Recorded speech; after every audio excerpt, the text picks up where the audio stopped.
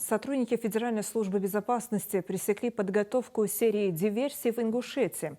8 местных жителей занимались подготовкой нападений на правоохранителей и диверсий на объектах энергетической инфраструктуры. Об этом сообщили в пресс-службе Федеральной службы безопасности.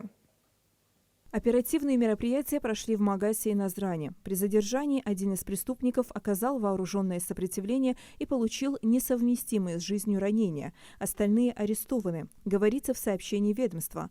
Также при обысках по адресам задержанных в их схронах правоохранители нашли самодельное взрывное устройство мощностью около 10 килограммов в тротиловом эквиваленте, гранатомет, 11 гранат с запалами, 9 пистолетов, 5 автоматов, более 8,5 тысяч патронов разного калибра и электронные средства связи, в которых хранились наставления по ведению боевых действий и инструкции по изготовлению СВУ и зажигательных устройств.